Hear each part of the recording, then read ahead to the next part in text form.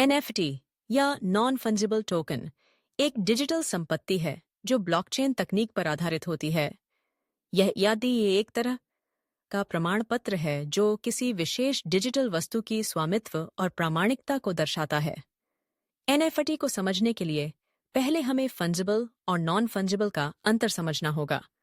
Fungible संपत्तियां वे होती हैं जिन्हें एक दूसरे के साथ बदला जा सकता है, जैसे कि पैसे।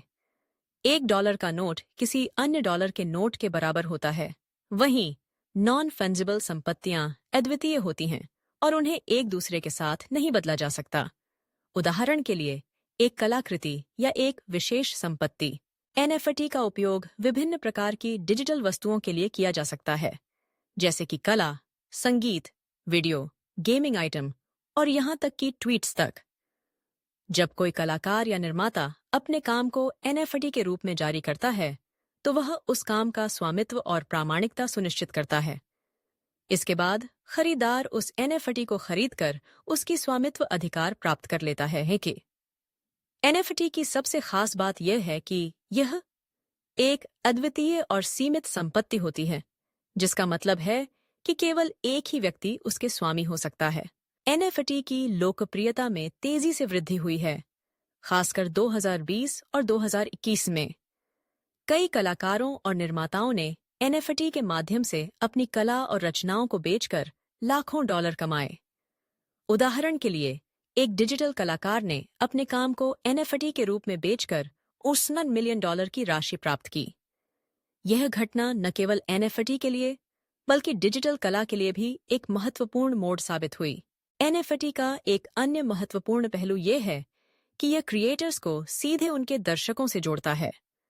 पारंपरिक कला बाजार में कलाकारों को अपनी कला बेचने के लिए गैलरी या नीलामी घरों पर निर्भर रहना पड़ता है, लेकिन NFT के माध्यम से कलाकार सीधे अपने प्रशंसकों को अपनी कला बेच सकते हैं, जिससे उन्हें अधिक मुनाफा होता है और बिचौलियों की आवश्यकता खत्म हो जाती है।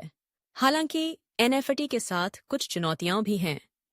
सबसे बड़ी चिंता यह है कि NFT की खरीद और बिक्री के लिए उच्च ऊर्जा की आवश्यकता होती है, जो पर्यावरण पर नकारात्मक प्रभाव डाल सकती है। इसके अलावा NFT की मार्केटिंग और मूल्य निर्धारण भी एक जटिल प्रक्रिया हो सकती है। कई लोग NFT को एक बुलबुला मानते हैं जो कभी भी फट सकता है। NFT के साथ एक और महत्वपूर्ण मुद्दा यह है कि स्वामित्व का प्रमाण केवल डिजिटल संपत्ति के लिए होता है, न कि उस संपत्ति के कॉपीराइट के लिए। इसका मतलब यह है कि जब आप एक NFT खरीदते हैं, तो आप उस डिजिटल वस्तु के स्वामी बन जाते हैं, लेकिन इसका कॉपीराइट और वितरण अधिकार हमेशा निर्माता के पास रहते हैं। NFT का भविष्य अभी भी अनिश्चित है, लेकिन यह स्पष्ट है कि यह डिजिटल संपत्ति और कला के लिए एक नया रास्ता खोल रहा है। जैसे जैसे तकनीक विकसित होती है, NFT के नए उपयोग और संभावनाएं सामने आ सकती हैं। NFT का एक और महत्वपूर्ण पहलू यह है कि यह गेमिंग उद्योग में भी तेजी से प्रवेश कर रहा है। गेमिंग कंपनियां NFT का उपयोग करके खिलाड़ियों को गेम में विशेष आइटम, जैसे कि स्किन, कैरेक्टर्स और अन्य वस्तुएं खरीदने और बेचने की अनुमति दे रही हैं। इससे खिलाड़ियों को अपने खेल के अनुभव को और अधिक व्यक्तिगत और अनूठा बनाने का अवसर मिलता है।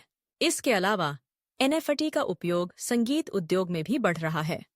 कई संगीतकार अपने गानों को NFT के रूप में जारी कर रहे हैं, जिससे उन्हें सीधे अपने प्रशंसकों से राजस्व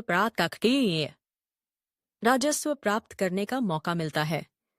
इससे संगीतकारों को अपने काम का अधिक नियंत्रण मिलता है और वे अपने दर्शकों के साथ एक नई तरह की कड़ी बना सकते हैं। NFT के माध्यम से कलाकार और निर्माता अपने काम के लिए एक नया बाजार बना सकते हैं, जो उन्हें अधिक स्वतंत्रता और अवसर प्रदान करता है।